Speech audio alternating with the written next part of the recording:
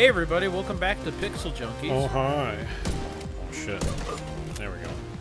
We got it. We're in the middle of a firefight here. Karen's doing her gosh darn damnedest to make it through this harrowing experience. We're on mission number 3, Viewpoint Museum. Oh man, this is gonna be so. There's a lot of news trucks here, so I don't know what's going on. Maybe it was a news museum. What? It's a news museum. Is it? Yeah, it was like, well, yeah, it's like a museum for like different mediums of. Trump's just hanging a big fucking sign on it saying "fake." It's well, all fake, all of it. The actual museum that this is based on got shut down. Oh really? So. Oh man. Maybe. Oh Jesus. So. It's cool that it's in this game because it doesn't really exist anymore. Let's see what's on the go with his impeachment. I haven't kept up today. Oh. What do you mean, oh? Oh. Well, I didn't know you were. I didn't know what you were going to say. Because you were like, oh, that's good. Let's see what Trump's been up to with his. And then there's like multiple choice. Yeah.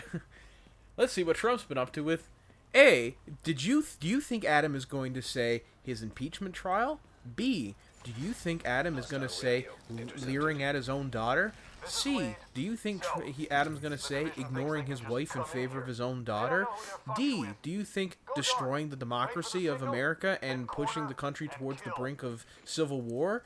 E. Do you think Adam is going to say make a progressive policy about clean environmental change? Well, really long choices. That's like a nope on a test. Breaking news: Trump ignores Pentagon advice and intervenes in military war crimes case. Wow.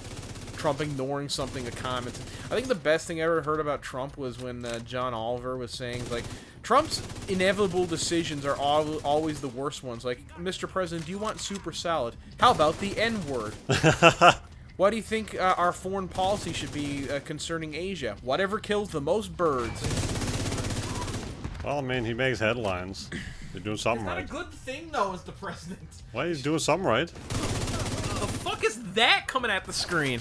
He's shooting foam. I thought he was shooting like either the game was glitched or he was shooting money at you, like you know those money cannons or whatever. Yeah, no, he just came from a concert. He had one of those foam pits where you spray women's chests with foam and they get all soapy and wet. And then you hope. Is that a thing? Yeah, and there's foam pits. How have I never heard of this? Oh. I mean, foam pits are a thing. I assume that's the purpose. I don't know why else you're fucking. Hang on, just foam. Hang on. Well, back the fuck up. Turn around. All right. Well, we're in the museum. We're in a museum of. Did you know early language is a fundamental pillar? Yeah. Well, no. Just turn around. Keep going. No. Go back. Go back. Got this whole museum to look at, man. Look at it. You got the Gutenberg Press. I'm just turn the fuck around. Okay. Keep going. Yes, that. Go towards that wall. This is a museum of news, and they're like, well, it's a history in early news. This was early news. They were reporting on. I misspoke, Adam. It's not entirely news, but it's just. Oh, history of communication. Okay, that's fine. Can you imagine? Like, this isn't a museum of news. Like, back in the day, this is how cavemen recorded the news. Yeah, what is it? The woolly rhinos were woolly, and the bears killed us. Do you find normal museums boring as fuck? Well, play The Division, where you can explore several museums while killing minorities. Can you go to the Smithsonian? You can go to the American History Museum. Oh, sweet. And there's also... Is that where X is located? American History X? Oh, there's a Vietnam... That was a terrible joke. I'm really sorry. I didn't even get it. Is that Nelson Mandela? Was he Mr. X or whatever? What? Who's the X guy? The X guy? Yeah, wasn't there like a like a black stripper guy named... It was like Nelson X or something? I have no idea what you're talking about. Oh, well, neither do I. And here we have... a helicopter thing. One of the greatest forms of Jesus Christ. One of the greatest forms of communication. Thyroid cancer or something. Yeah. Thyroid cancer. I hope not. Isn't that in your throat? It is. I just don't think I got it. I think it's just where. He's gone. I got, my throat is dry. I communicated to him, get the fuck out. Is that Mickey Mouse on that statue? Oh no, it's just some dude. Aaron, you shot him. I did. That dude died a horrible fucking death, surrounded by his own explosions. Well, he's showing his buddy, he's communicating what bad death looks like. Oh, this guy got stuck in his own foam. Help! It's like, oddly, it's very soothing. There's a burning sensation around my penis, but I think that might be unrelated. It fits my dick. Democracy in Action: A History of American Elections. Well, that's probably You why just this go. place. You just go in. It's just Trump's face and it says canceled. That's probably why it got shut down. Oh, there you go. That's Trump. That's Trump. Get him. We're on a list now. We were fighting George Washington this whole time. We should have been fighting Trump. Trump's the real bad guy. Yeah, oh man, twist. Did M. Night Shyamalan write this game? He's doing another. But the best thing about M. Night Shyamalan is he's the obvious, like everyone's like Hollywood is so cut and like you don't want to make any mistakes in Hollywood because one mistake in your career is over. I'm like, no, it's not. M. Night Shyamalan keeps getting films and TV shows. Is Trump on this list? Or does Roosevelt? There's the best one. Stop shooting me. All right, let's go through them. Let's see if we can find them all. So there's. Who the hell's this guy? That's Howard Hoover, I believe. Pretty sure that's Christoph Waltz. I'm the origin of all your pain. The line is, "I'm the author of all your pain." I don't know who that is. That's FDR. That's whoa! Go back. Hang on, I gotta. There we go. That's FDR. That's Truman. That's Eisenhower. That's Kennedy. That's Johnson. That's Nixon. That's Ford. I don't know who that is. Bill Dixon. Who took over after? Fucking Kennedy? I don't know. I don't know anything about the fucking American presidents. We're Canadian, so we really don't know much. Although I suppose we know more about American presidents than Americans know about Canadian prime ministers. Yeah, fair enough. List of American presidents. Do you want the It full looked list? like George Washington Sr., but not George Washington. What's his name? George. Who's the other one? George Bush Sr. It's not George Bush Sr. There was a guy in between. Oh. Yeah. Also, yeah. George Bush had a huge fucking forehead. So. Yeah, Johnson, Nixon, Ford, Carter, Jimmy Carter. Oh. And then yeah, Reagan, okay. George Bush Sr., Clinton, George Bush Jr., Obama, and Trump aren't there. Jimmy Carter's a cool guy, I think. He's still alive. Yeah, I know. That's what I'm saying. He's done some like stuff in his old age. Just seems like an interesting dude. Yeah. I'll tell you again. One of my favorite presidents is definitely Theodore Roosevelt. Though that dude was a boss. And not only that, but he had like he was just a sound, really morally righteous dude. Like if he was alive today, he would literally walk up to Trump and deck him in the schnoz. Because he was all for big business, and he was like big business above everything else until he talked to some people who were getting some small time American businesses who were getting like steamrolled by big business, and he was like, oh, I'm not having this, and so he immediately reversed his economic policy to better help the little guy, and I'm like, fucking A, man, good for you. And he was like super intelligent. He read a book a day or whatever, and that's probably not true, but he read a shit ton, and he went out and like he wrestled bears with his bare hands. Back then, books were only 2 pages, so it was pretty easy. This is a page turner, and done. It was basically like what kids read nowadays. That was like next level back then. Oh my god, you're so advanced. Holy shit, there's like 8 words on that page. See, spot, run. Jesus Christ, this is so advanced. Okay, wait now, hang on. Gotta go back and reread that. See, spot, run. Oh fuck, who was running? And what am I doing in relation to that? Man, this would be a great movie whenever they invent those. You see my gun at him? It's got a snake on it. Oh, does it? Like an actual snake? No. He'd be like, attack! And then like, it'll slither off and go bite somebody in the ankles, and they're like, fuck, it's a snake! This is the gun that if you don't want enemies to be bullet spongy into Division 2, you just use this gun. What is it? It's called a Diamondback. It's a lever action rifle. Oh shit. It kills most enemies in 1 or 2 hits. I gotta say, that's one of my the best weapons I ever came up with for D&D. I gave our rogue about 2 years ago. I gave him a rapier that it's the pommel looks like a snake's mouth, and when he if he says like the special command word, it turns into a snake and he hucks it at people. So there was one time where he was trying to infiltrate somewhere, and the guy was like, I'm gonna need your weapon. He's like, yeah, and he says the command word and throws it at him, and he's like, oh shit! There's a massive snake latched onto his neck. That's cool. Yeah, I got some cool stuff on the way for you guys. Oh. Well, fuck me, I guess. What? And I'm just assuming that our D&D group's gonna get fucked in the ass. I mean, it's all part of the fun. Yeah. It's not sex if you're not getting fucked. The most fun for me is not remembering anything we did in the previous session, like as we're sitting down at the table about to play. And then you do a recap, and I'm like, I remember half the stuff that happened. Yeah. Except this week I will remember it because Andrew blew up the entire fucking room we were staying in. Yeah, so to make a very long story short, Andrew's character in the game is playing. He's playing like a kobold gunslinger who is trying to end slavery because it's a medieval setting in a fantasy world, and there are slaves. Oh shit! Slavers in my world are villains. I'm not advocating slavery before you jump down my throat. It exists because it exists historically, but the characters are trying to end slavery. Well, you can't have Quakers without slavery. Jesus. Quakers is pretty good. That's a fucking hell. What the? Oh my god. So. Oh, that's not a buddy. They enter into they're in a secret laboratory underneath the city, and there's vampires.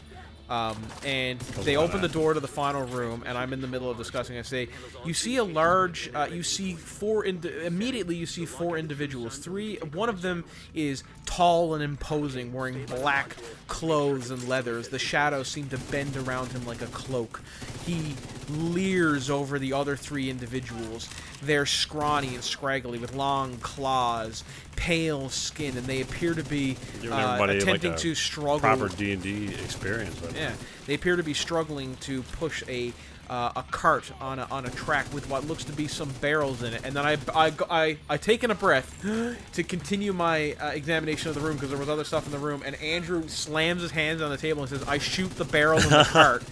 And I'm like, oh, and then he rolls, and I'm like, okay, and he hits it, and there was an entire barrel of black powder in the cart, and so immediately there's a massive explosion that drops Andrew's character to 0 hit points and sends him flying 20 feet back, and eviscerates everybody in the room. Like the fight hasn't even started yet, and the vampire lord I have is at half health, and I'm like, god damn it.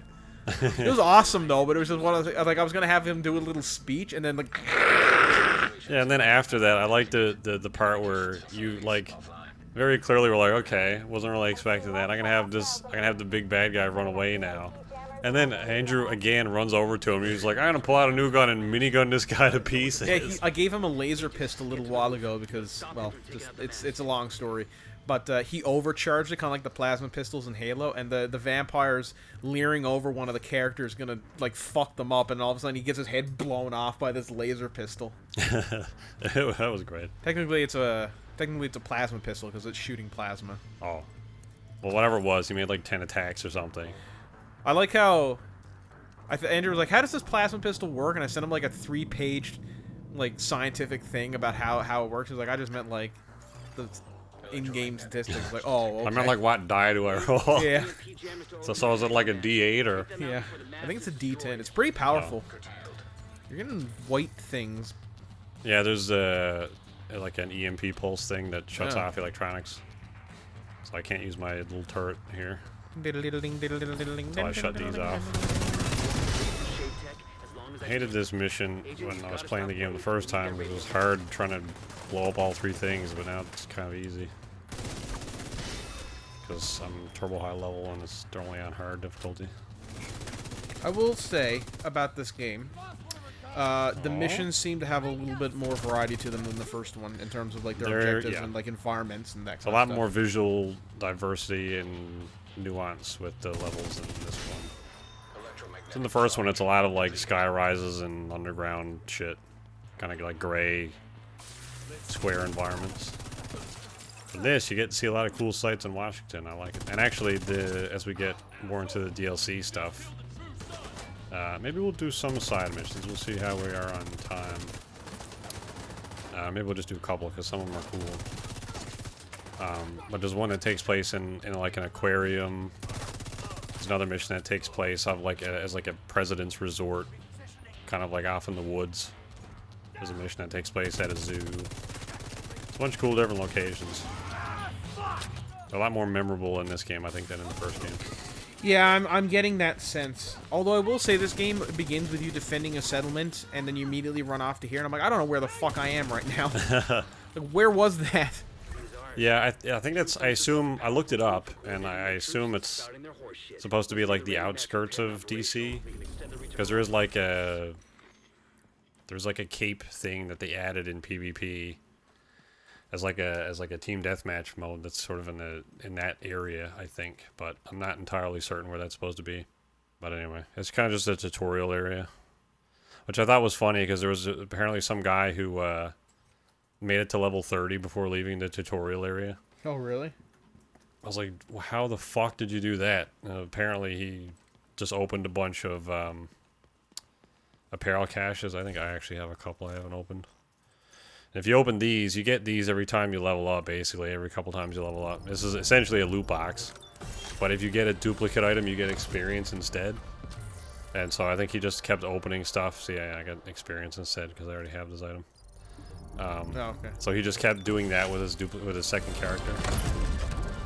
And ended up getting enough XP to level to 30. Oh man, I got an emote. See what we got in the last one. What do we get? Oh, I got a skin. I already have this. I don't know. I actually kind of like the way they've done the cosmetics in this. But I know people are what's the word? Polarizing on cosmetic items in games nowadays. I'm leaning more to the fact that I used to be more one. accepting of them being having them be, microtransactions or whatever, but I'm leaning less towards that now because it's such a big enjoyment of the game. And like, if it's free to play, that's different. But if it's a premium game, if I paid $70, $80 for a game, I just completed a thing and got a skin. Nice. Sweet. I don't like. I would prefer having everything be able to be unlocked in game, because like having Jesus. I mean, look, I can be, I don't know, some. Oh man, you can be Red Dead. Oh, Red Dead. Oh no, wait, you're like a gangster. Sorry, I thought it was a cowboy hat. Yeah, a couple different outfits that you can get, which are neat. These ones I've finished all of. Those are the different factions in the game. Are there any cool like mask or face concealing helmets or whatever? There's a couple. Let's see.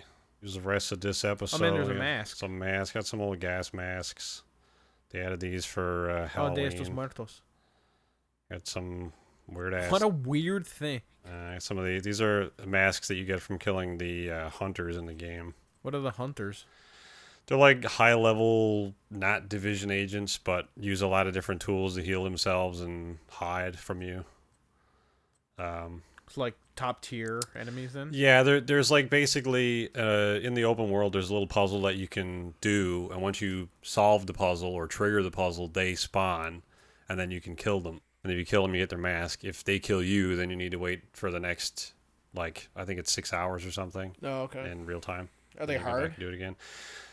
When it's one-on-one, it's not too bad if you're high level, but there's one instance where 4 hunters spawn at one time, and you have to kill all of them at the same time. That's annoying. That's very difficult to do, because they're all buffing each other or healing each other and then fucking off.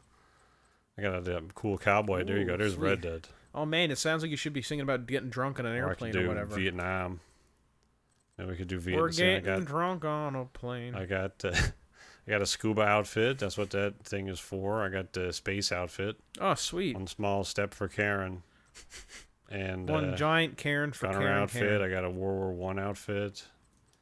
I got a sniper outfit. Saying it's probably all about that. You know what that sniper outfit looks like? That looks like the fucking sniper from. Was it Jurassic Park? Well, yes, but I was gonna say Team Fortress 2. Oh, yeah. Sniping's good job, mate. Whatever that trailer is. I really like those trailers. Like I feel like they were the first gaming company to really do like kind of nod and wink trailers. Yeah. Or at least super popular on YouTube, because before, I mean, like, well, there was no YouTube. That was definitely like a niche. Like everybody played Team Fortress 2 at some point or other, so it wasn't really niche, but it still felt like it was. It still felt like Valve was very small. Yeah, like.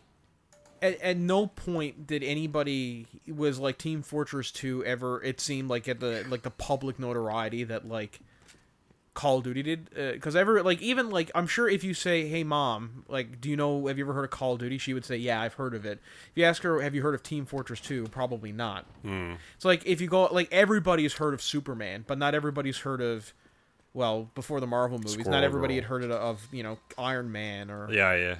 It is really funny to think how obscure Iron Man was 10 years ago. I distinctly remember having this conversation with myself because I heard, like, they're making an Iron Man movie, and I remember thinking that's gonna bomb because nobody cares about Iron Man. That's how And desperate. now they're making a Blade movie and a fucking. But that's how bad the superhero movie situation was. Like, the only things that were succeeding were Batman and Spider-Man, and I'm like, it's not Batman and Spider-Man. Why are they bothering? And then here we are, like a massive franchise that's reshaped cinema history. I mean, I guess to be clear, they have made multiple Blade movies already, but to the point now where Marvel is confident enough that they can revisit it and do it well. And they're also doing, what the hell is that, like 7 Rings or whatever the hell it's called? I don't know. There's, I can't remember, one of the Marvel movies coming out soon. There's like Black Panther 2 and Doctor Strange 2 and Black Widow and Blade, and then there's I'm really excited for Black Widow. I think that's my it's next like Shaolin Circle Legends or something. I can't remember what it's called. I have no idea. Oh. Where are we going? I don't know. I'm gonna go to no, that's not that one. Where is it? Oh, it's this one. American History Museum. So I guess we T-Rex will. in this one? Is there T-Rex in this one? No. Well, we'll see when we get there. So paleontologists a little while ago recently uncovered a T-Rex skull fossil. It's the biggest they've ever uncovered. It's absolutely fucking massive. When they uncovered it, like when they finally got it out of the rocks and put it in plaster, it weighed like 5 tons. Just the bones? Well, the bones and the rocks that they hadn't cleared away from the fossils and the plaster that they put around. And how much of like those old fossils, 60, 70 million years old at this point? How much of those bones, in air quotes, are actually still bone? None of it. It's all rock. So it's like, because I heard something I think recently. the only fossils that are still bones are the stuff that they're pulling out of like La Brea and places like that, where it's not. They haven't been, because first it's a difference in time. Like, the time between us and the last saber-toothed tigers was like 100,000 years. 200,000 years at most. The time between us and the last non-avian dinosaur is 65 million years. So it's just it's a different scale in terms of time, but also like oil preserves the bodies differently. You actually get really good fossil records from La Brea. Yeah, I want to get there someday. There was a femur discovered recently. Did you hear about this? It's like in France somewhere they discovered a femur. And it ended up being, it was like 140 million years old or something. I can't remember the exact date. But it ended up weighing like 1,100 pounds or something. Oh, and I'm like, really? if it's that old, how is that bone? Like you're weighing a rock. It's like, it's not the original matter anymore. And like most of the stuff that we find are just like technically minerals. The bones have been fossilized. Like a 1,100 pound femur. It's like it's not a bone anymore though. It's not. Although that being said, like they think that some of the big sauropods, like the long neck dinosaurs, their bones would have been heavy as fuck. Yeah, and this one was massive. This was like the size of a car. It looked like. I don't know what the fuck it belonged to, but anyway, it was massive. The fact, because African elephants are big. They're the biggest land animal right now, but I could not walk under the legs of an African elephant without like squatting down. You could easily walk under the legs of like a Titanosaurus or like an Argentinosaurus and like have plenty of headroom. They were fucking massive. Yeah. They were so big that they're in comparison to the blue whale, which is the most massive creature ever as far as we know. So why did they get small? Why did animals get small? Does it have to do with oxygen or like nitrogen in plants? It has to do with there's a bunch of different reasons for why animals get smaller. Part of it's to do with climate. Colder climates. Some colder climates tend to favor big animals. So that's why woolly mammoths and rhinos and saber-toothed cats were one of the reasons why they were prevalent before this era, was because the Earth was cooler generally, and it suited animals with bigger bodies. It has to do with oxygen content in the air, more oxygen means it's easier for animals to breathe. So like there's an era of time called the Carboniferous era. I think it's Carboniferous, where there was 3 times as much oxygen on Earth, and because of that, insects got really big. So that's when you get dragonflies the size of eagles and spiders the size of dogs. And it's like fuck me. Yeah. It also has to do with like food. If there's a lot of food, animals tend to get bigger. So and like it's kind of an evolutionary arms race. So like the prey gets bigger to avoid the carnivores, and the carnivores get bigger to eat the prey, and then the prey get even bigger. You know, back and forth, back and forth. Gotcha. I don't really because a lot of that has to do with chemistry and physics, less than biology. So I'm not. I don't understand all of it, but I do. I think that's a really good basic kind of understanding of why. Welcome to Jordan's house. Jesus, that's a lot of bodies. Holy fuck!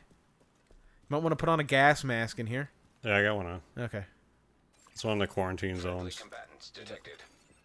All these guys just like melted. Like they died. What was the flu? Was it like smallpox or? Yeah, it was a smallpox outbreak, and then there's a lot of yellow powder you can see around. Is the DC-62 that made all the stuff even worse. What's DC-62? It was a vaccination, supposedly, to help get rid of it. But when they deployed it in the winter, the cold made it like not work properly. So anyway, just all the people that they gave it to or places where they sprayed it ended up. We should visit Georgetown before we end this series, because Georgetown is just straight up Chernobyl. That's great. Anyway, that'll do it for this week. Okay, well, next week we're gonna come check out the 28 bodies. days later. Yeah, and then also go to Vietnam. See you then, everybody. All right.